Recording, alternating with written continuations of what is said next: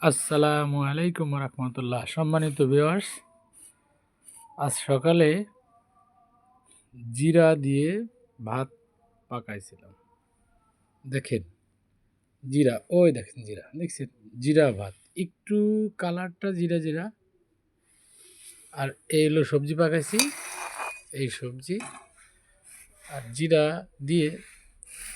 যাদের একটু হজম শক্তি কম, গ্যাস গ্যাস প্রবলেম আছে, তারা জিরা দিয়ে ভাত মেকিং করবেন, দেখবেন একটু জিরা জিরা ঘিরান, কিন্তু আপনার হজম শক্তি ভালো হবে। তা আপনারা চাইলে কেউ এই রেসিপিটা গ্রহণ করতে পারেন।